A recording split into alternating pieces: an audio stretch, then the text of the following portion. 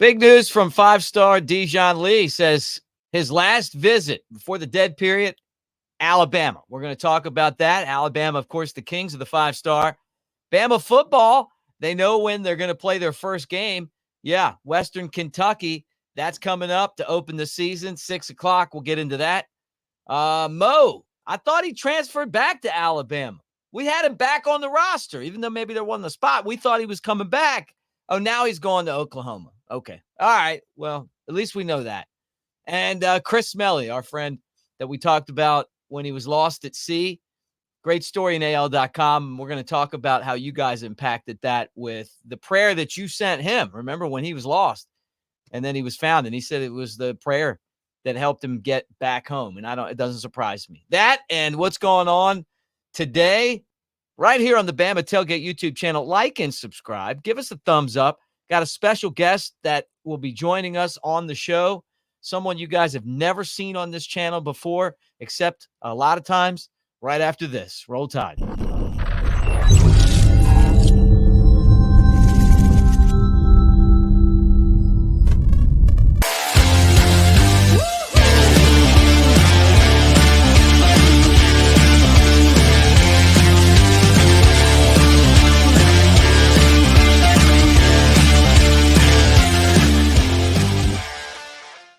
What do you say, everybody? Hey, it's Mick Gillispie, and boom, there he is. Look, back in the house. Big Elmo from WJLX. What's up? What's up, man? Did you survive? I'm getting there. I'm getting there. I'm going to be okay, I believe. I think. Okay, good. I just feel like death, but other than that, I'm fine. Well, it's a great way to start the summer, although we're not quite there yet. Well, I got some good news, something that'll cheer you up. This will make you feel a little bit better, and that is five-star Dijon Lee coming to Tuscaloosa to make his last visit before the dead period on June 25th. This guy's a great cornerback, another guy from California where Alabama has really done well. What can you tell us about Lee? Of course, we talked about him a few weeks ago because we figured he was going to make another visit. 6'4", 190 pounds. He's another kid from California. I think you mentioned that. So that California pipeline keeps on coming. He goes to Mission Viejo High School there in Mission Viejo, California. He's considered to be probably one of the better corners in the entire country. And they're talking about that he could play either corner or safety. So he's a guy that, that could go either way. And actually in college, he would prefer, from what he's saying, to play safety. So just all around good athlete. And he'll be on campus on June 21st. Yeah. Bama is one of the favorites to get him, but you got USC and Washington. Georgia's in the mix. Anything can happen with the NIL as well. But he's a ball hawk. He's a tackler, and he's a five-star. Which is tells you right now. You get to that status and you're amongst the elite. We talked about it on the show yesterday.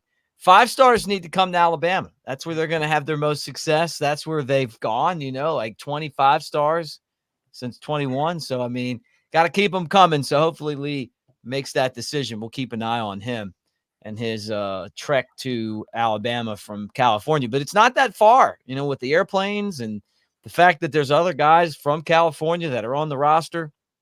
So it's not like you're going in there alone. And Alabama's had a history of having California players. I don't care how he gets here, by plane, by sailboat, by train, by horse, automobile. I don't care how he gets here. Just scooter. Come on. Scooter. Yeah, scooter. Roller skates. Roller skates. Anyway, skateboard. You're a skateboard guy. Yeah. I've done. Not anymore. Yeah. Well, another thing that's coming up that was interesting is now we have 3 game time set already. Yeah. So we got the 11 o'clock kickoff at Wisconsin. Georgia's coming at 6:30. Opening game under the lights, Western Kentucky, Bryant-Denny Stadium. And I'm thinking about this myself, and I'm going, okay, do you like the day games better or do you like the night games better? What time do you prefer? I prefer that happy medium at 2:30, but if I had to choose between an 11 o'clock game and a 6 o'clock game, I'm going 6 o'clock. Really? I don't like the 11 o'clock games. I don't like them. But I know a lot of people do like the 11 o'clock games, kind of get the game out of the way and watch some stuff later on, watch everybody else throughout the day. But, or maybe our older viewers like the 11 o'clock. You like the 11 o'clock better than the 6? Honestly, I'm not opposed to the early games. I like the tailgate, a lot. And I'm with you. Like the 2:30 games seem to be kind of like in that perfect slot. That's that perfect medium right there. Yeah, right. The Sixers just take so long. When you do the post game show, it's like you're on forever. I mean, well, yeah, that's true. But now let me ask you this. Let me ask you this. When it is an 11 o'clock ball game, what time do you start tailgating? That's a good question. I mean, when you start tailgating for those 11 o'clock games, I mean, you're groggy when you go and set up all your gear. Yeah, So yeah. that's it. That is, I mean, look, they're not ideal. And then the tailgate time's over so fast. The good thing about 6, maybe I do prefer 6 just because tailgate time, you have such a good time. You see everybody out on the quad or wherever you're at hanging, When is it acceptable to crack open the first beer of the day when it's an 11 o'clock kickoff? Wow, that's a great question. I mean, I think it's normally acceptable when you get up. I mean, a lot of times I'll just pour it right in my cereal and, kind of just do cereal and beer. No, I'm just kidding. I think it's going to be pretty early. I mean, but I don't, but see, here's the catch-22 on that. That happens a lot even when we're playing at 6. Yeah, right. But not with me though.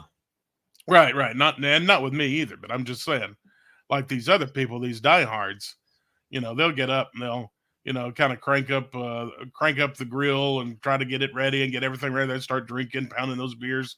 Then by that time, it's the big noon kickoff, which is 11 o'clock our time, and then the 2:30 game rolls around, and by 6 o'clock you're a case deep in. Wonder what? What's the earliest you ever drank a beer getting ready for a game? It'd probably be about 8 or 9 in the morning. Yeah, if it was 11 o'clock kickoff. Yeah. Yeah. Graphic updated, by the way. Saw that it had the wrong date. Oh. People are going to be like, I showed up and no one was there. Where's everybody at? I started tailgating a day beforehand, thanks to those two clowns. I know. No, I don't know, man. I think like normally there's just so much going on. People are more into Bloody Marys than beer, yeah, that's true. Early in the morning. So, but anyway, yeah, we won't have to worry about that. So that's 8 a.m. I meant 8 a.m. the day before. Yeah, right. So you think that the next week's game is going to be an 11 o'clock game against South Florida, or you think it's going to be another night game? I envision that. I look at my crystal ball and I say that's going to be a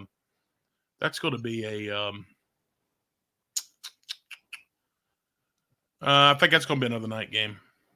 What are our options now that ABC's taking? Is it 11, 2:30, and basically 5 or 6? I think that everything that we're used to as far as game times is about to just go on its head. Yeah. You know what I mean? Like we had the pattern down so much. Yeah. And it's just going to be, to me, I think it's going to be totally different. I don't know, but we'll find out. 11 for us is noon in the East, and so anyway, but we'll find out. it's going to be exciting to go through the schedule. I can tell you that. I can't wait to talk about it. All right, change subjects. Mohamed Wague transferring to Oklahoma. I thought they said he was coming back. Make up your mind, Mo. Mo gone. Make up your mind. Where you go, Mo? I can't even believe it. I can't either. So he's going to transfer, and he's transferring in conference against the team that we're going to play this year. Yeah, Oklahoma. So, oh well. I mean, there goes that 3 points a game. He's kind of that guy, though. You need him on the team. Like, oh yeah, he's a little dirty. Like, he's going to get in there and bang around, and he's a physical guy. I mean, I don't know. I was kind of surprised, but we got some physical guys coming in. Yeah, right. I was surprised that they said he was coming back. Yeah. And now I'm surprised that they're saying he's leaving. And I guess for us, it's like, well, just make your mind up. Are you staying or are you going? He was always that fifth man and would probably still be the fifth man if he stayed. Yeah, right. I'm with you. So long. All right. This one was interesting. Chris Smelly, a story in AL.com. He was talking about how he got lost at, obviously in the golf. We were on air when you mentioned it, and I was like, I didn't think we'd ever see him again alive, to be honest with you. I mean, you don't get sucked out like that and live to tell about it a whole lot, but he did. And he said that he really felt like that prayer helped him. And honestly, I think so too. We all kind of got together and prayed for him right here. I mean, which is the only time it's ever happened. And I'm so glad that he survived. Not to say I know him or anything like that. I met him. I called some of his games when he was playing baseball, but saw him play football, really just honestly so lucky. I mean, he didn't have a life jacket. He didn't have, I don't think he had suntan protection or anything like that. No phone, no nothing. Yeah, he's out there right out.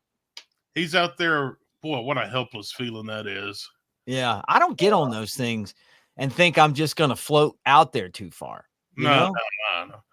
I'm just going to go a little way off the shore. Wait a minute. I'm a little further away than what I thought. Yeah, aren't they for like ponds and stuff? I mean, good for the Gulf of Mexico on a day when there's a current, but pat yourself on the back, guys. Yeah, because I think you were part of it, and he, and then watching the helicopter where they come and scoop him up is really a great moment. The Coast Guard's amazing what they do. Oh yeah, that is right. All right, Brett, tell us what's going on today. Well, let's take a look at, let's see, anybody famous born on this day? Taking a look at the list here. I don't have my normal list, which is what I was looking for. Rick Waits, baseball pitcher. He pitched for the Rangers, Indians, and Twins. He was born this day, 1952. Okay. Mike Oldfield, born this day, 1953. Is he related to John Oldshoe? No. Okay. But Mike I know of John Oldshoe. I do too. Mike Oldfield, Tubular Bells. Remember that? It was on what creepy movie was that off of? He's the one that composed that and made him rich and made him very famous. Okay. It is Dan Patrick's birthday today. Oh, the Sports Center. Back when Sports Center was really good, it was like Dan Patrick and Stuart Scott and so like it's like no matter who, huh? Yeah, they had. Yeah, that's what it was like. Really, really good. Yeah, it was like you got on there because you were good. Like there wasn't all the other stuff that we deal with in broadcasting now, where they're checking boxes and being good isn't really the box that they're checking. Back then, it was just who's good. Stuart Scott was just good. Like, he's there because, he's just better than everybody else. He's fun to listen to and watch. Chris Berman is one of those guys. As crazy political as, what was his name? Overfelt or whatever.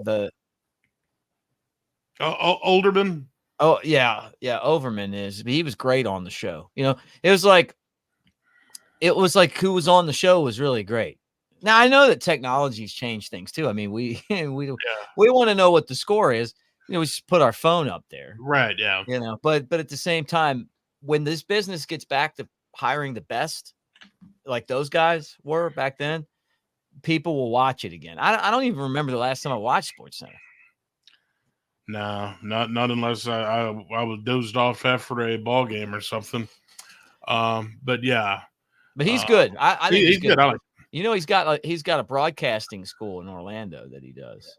Yeah, we need to And open one of those up. Yep, and he started his own. I think he owns his show. Like it's not That's like good. it's pretty cool. A couple of professional wrestlers having a birthday today. One not with us, Kevin Von Erich. Okay, but part of the Von Erich's movie out about them right now. Yeah. And it's a really good movie, The Iron Claw. Yep. And the All-American Ron Simmons. Yeah, Ron Simmons, man, one of the first real, black superstars in wrestling. Great personality. Loved him, man. He was so funny too. Like, not just could wrestle, but just had the sense of humor. He'd go, damn. Yeah. When that he was his trademark. Yeah, right. When he was on there, and I only know, I just remember him and Bradshaw being, he made a fortune off those shirts. All I had on it was damn with an exclamation point. Yeah. He made a fortune off of it. Yeah, but then you go and you watch like the the WWE Storied or whatever, and you see like his career, like you're like, man, I didn't realize of a football player too. Right. I didn't realize, like, I just know him from that, and I liked him. So pretty cool. Ron Simmons. Yeah, played at Florida State. Was an All-American. John Smoltz celebrating a birthday today. Been watching the Braves and the Cubs. Smoltz isn't on the broadcast, but Tom Glavine is. And I've liked Smoltz on TV. I think he does a really good job. He was a great pitcher. I met him. He was even a better person. How cool is that? Ben Ingram, who's the voice of the Braves on radio, and we met him. We interviewed him. We both interviewed him, and then he signed autographs for both of us. So he's great. Now Ben just works with him. That was before Ben was in the big leagues. Finally, Emmitt Smith is 54 today. Yeah, Florida guy, but I was a Cowboys fan back when he was on the Cowboys, and man, he was just an amazing running back. And they don't make him like that anymore. I mean, I guess that's why he's got the record for the most yards running. I mean, he had a big offensive line, and they could pass the ball with Troy Aikman and everything else. But boy, he was so good, and I loved him. This day in history, Ebony and Ivory begins a 7-week run at number 1 on the pop charts. Considered to be one of the worst songs ever, but I loved it. Yeah. You either love it or you hate it. Yeah, I loved it. It was Stevie Wonder, and Paul McCartney. Paul McCartney. Yeah, and so I loved it, and I guess I loved it because of the SNL skit that they did about the song, which is you got to Google it. It's old school. Yeah. It's really funny. This day, 1972, Alabama Governor George Wallace was shot. Yeah, shot in Maryland too. Just crazy, man. Back in those back in those late 60s and 70s. Yeah, I just remember in Forrest Gump where he's like, and he was shot, but he didn't die. They didn't die. And let's see. Anything else that I want to today is, of course, the 15th day of May. It is National Chocolate Chip Day. Enjoy your chocolate chip cookie. Yeah. Well, look, Brett, let's be honest. Chocolate chip cookies are they're the best of the cookie. I mean, and I love other type of cookies. I'm an outside like the OG. Right. Well, I mean, like they're the ones. They're like pizza. I mean, what I'm saying? Like you just can't go wrong with chocolate chip.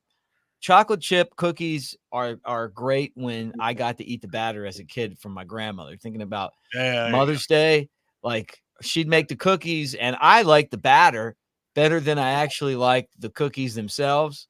So staying at her house was always great because, and I did a lot because she would hook that up. There you go.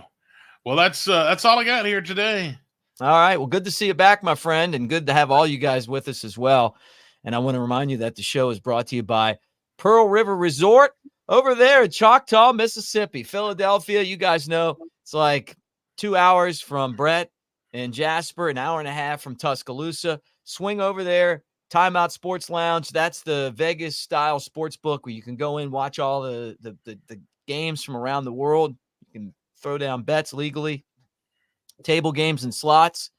You've got Dancing Rabbit, which is the Augusta that you can play, the spa, the water park, all those things going on right now. And they're celebrating 30 years of existence. And they're doing that with some great concert acts, Boys to Men and Big and Rich, Brian McKnight, and Rodney Carrington's going to be there. Oh, awesome. And since, now we're slipping up on 100 days to kick off, they're already announcing the times. It'd be a good time for me to go in and say, put me 20 on Alabama. You know what I'm saying? Yeah. Get in on some of that action. Yeah, we'll do it. And which Brett would you bet on? Is it this guy down here or is it that guy over there? I would bet on damn it, this guy. The guy don't know my camera movements. See, I would not make it as a weatherman. I'd be like, and over here we've got the storm, and it'd be like over there somewhere. Hold on a second. It's hard. Yeah. There's a cold front coming from there, but you really mean like there? Yeah. Then I'd be like, that's the day I get fired as being a meteorologist. But yeah, join me in the morning, 6 to 10 a.m., WJLX1015.com. Today, if you'll join me on the program, we've got Stained and Seether tickets to give away to the Wednesday night show in Birmingham at Oak Mountain. And also I got Disney on Ice tickets to give away for the weekend show in Birmingham. Sounds good. Everybody have a great day and roll Tide.